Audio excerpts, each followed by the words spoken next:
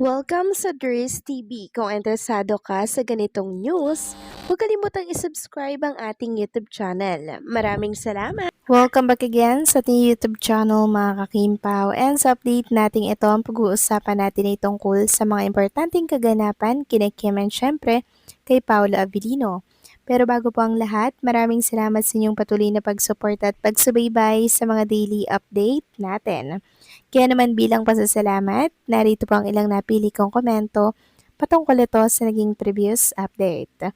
Unang komento mula po ito kay Ginang Norma Dayag. Sabi niya, truly Kim is mas pinahahalagahan ang kasabihan na time is gold kaya she makes us of the time cause yung mga basher ay mga green-minded kaya they make use of these issues to relate nega bash about Kimi. Kay Kimi kasi lost time and energy will never be regained. God bless us all, especially to Kipi and Akis with their family. So yes, tama po kayo dyan. Ginang Norma Dayag. Time is gold and syempre hindi na po pag-aaksiyan pa ni Chinita Princess ang mga bashers na yan. Kasi para kay Kim Chu, yung ilalaan niya sa mga bashers na yan na oras, i-google niya na lamang yan sa kanyang mga business, sa mga importanteng bagay. Kaya kung yung makikita at mapapansin, sobrang binibless si Chinita Princess at lalo niyang pinagyayaman yung kanyang talento, yung kanyang mga gagamit dito sa showbiz industry. Katulad na lamang nung nakaraan, 'di ba, talagang nag-take siya ng short course dito po sa Paris, France para nga naman mas madagdagan pa po yung kanyang kaalaman pagdating sa mga business. Basta marami niyang napag-aralan doon. Hindi lang 'yon basta business related, magagamit niya din po ito syempre sa loob ng showbiz industry. So maraming salamat sa komento, Ginang Norma Daya. God bless po and mabuhay kayo. At sabi niya pa dito, good evening Dries TV. Ano ba yung celebration ng pamilya ni Kim? Is there an important event to be celebrated by them? Nako Dries, pag nagkataon na mag-asawa na sila if ever, parang di ko matanggap kasi di na namin makikita si Kimi. Please, Paolo, if ever na mag-asawa na kayo, wag mo namang ipagdamot si Kimi kahit mag-host lang siya sa It's Showtime. Ay kontento na kaming mga seniors or magkaroon pa ng serye lang para makita pa namin silang dalawa. Mamimiss namin Kimi and Paolo. For sure, di na kami siguro manunood ng artista sa TV or movie ng sino mang artista. Sila lang ang nagustuhan namin na artista. God bless us all. Maraming salamat sa komento ulit, Ginang Norma Dayag, no? Yes, tama po kayo dyan.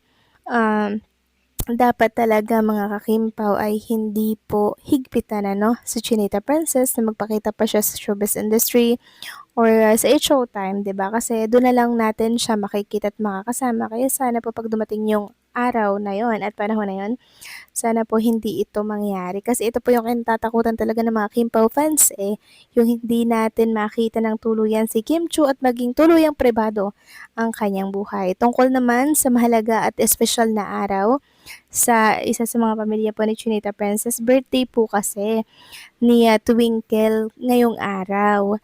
And since si Twinkle nga po ay nasa Cebu and siya po yung nagmamanage ng business ni Kim Chu doon, syempre mga kakimpaw, kahit imbitahin naman si Paolo, hindi po siya makakapunta kasi sobrang layo naman ng Manila to Cebu, 'di ba? Pero kung andito si Twinkle, po pwede po silang magkasama-sama, 'di ba? Together. Pero kung hindi po gano'n mangyari, syempre pass muna kasi malayo, 'di ba? So maraming salamat sa komento, Ginang Norma Daya. God bless po and mabuhay kayo. So eto na nga, pag-usapan na natin ang mga balita po na nakalap natin sa gabing ito at unahin na nga nating pag-usapan itong pinost po ni Carlos Miguel na edited picture ni Kim and Paolo. Sabi niya dito, no test they can't overcome as long as those two are together. Yes, mga kakimpaw, agree ako sa napakagandang caption na to ni Carlos Miguel. Dahil itong si Kim and Paolo, meron po silang unity. Meron silang pagtutulungan sa isa't isa. Kaya talagang kahit anong pagsubok, kahit anong problema na sila po ay magkasama at magtutulungan, malalagpasan at malalagpasan nila. Samantalang kanina naman po ginulat ni Chinita Princess sa mga Kimpaw fans dahil sa kanyang panibagong TV commercial para yan sa Angel Milk na kung saan nakita nga natin dito na nakasama niya si Miss Regine Velasquez. Yes po mga kakimpaw, para po sa Angel na Gatas, sila po ay nagkasama. Parang gustong-gusto po talaga ni Miss Regine Velasquez na makatrabaho at makasama sa isang commercial si Kim Chu at parang pinaglihian pa nga ata no, si Chinita Princess, itong si Miss Regine Velasquez. At ngayon mga kakimpaw, eto na po yung kanyang hinihiling. Nakasama niya na nga si Chinita Princess and I'm sure na panood nyo na po mga kakimpaw ang TV commercial na yan ni Miss Regine Velasquez and Kim Chu. At dahil nga po dyan mga kakimpaw, marami tuloy ang napaka-compute kung magkano daw kaya ang kinikita ni Chinita Princess sa isang TV commercial lamang. Unahin natin dito sa cost to hire Kim Chu per private event. So nakita natin dyan ang minimum cost 15,540, maximum cost naman ay $23,000 po yan ha, dollar mga kakimpaw. So itong $23,000, kinumpute ko yan into dollar talaga or peso pala mga kakimpaw. Tumataginting lang naman na 1.2 million mga kakimpaw. So grabe no, siguro ngayon nagtaas na yan. At eto pa mga kakimpaw. Sabi pa dito, Kim Chu's estimated net worth is around $5 million, which translates to approximately 250 million to 280 million plus pesos. Based on recent exchange rate reports, she is one of the highest grossing Filipino actresses with movies earning over 1.36 billion at the box office. Source of income: as a top actress and singer, she has starred in numerous successful films such as Bride for Rent, which earned over 200 million. Business ventures: in addition to her entertainment career, she launched her own brand, The House of Little Bunny Philippines, in 2022.